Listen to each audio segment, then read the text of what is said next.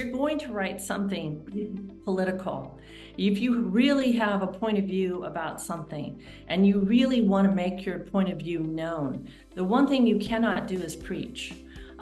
No one wants to hear you preach. No one wants to hear your rage unless you balance it with humor, unless you allow people to see a hideous situation in a lighter way so that they can be on your side, that they can see what your point is. They can begin to see the ridiculousness of these situations through these characters and their voices.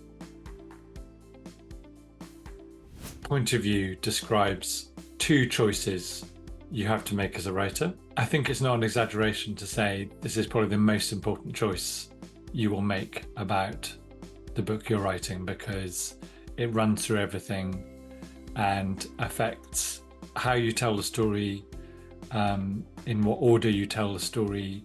It affects the language, it affects your whole psychological approach to telling the story. So it's really crucial. And when you're struggling with a draft, actually changing the point of view is often the thing that really transforms it.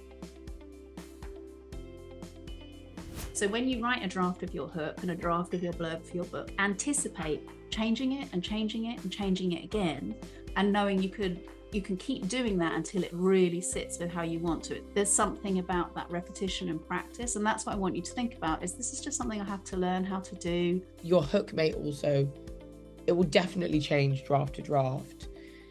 It may also change depending on like why you're telling somebody the hook at all. Like the hook that you tell to your friend over a glass of wine on a Friday when they say what you're working on might be something different to the hook that you tell to your agent, to your editor, etc. So, and that's okay as well, because what you'll learn over the process of doing that, I mean, as Alice said, like it's malleable. Character motivations are linked to goals, but they are also linked to fears. So in fact, the why behind the actions may well be fear-based. And I think if you can figure out the fear that is driving your character, that is another way of connecting very quickly to your character, because it is these common things like fears and loves and passions that connect us to other people.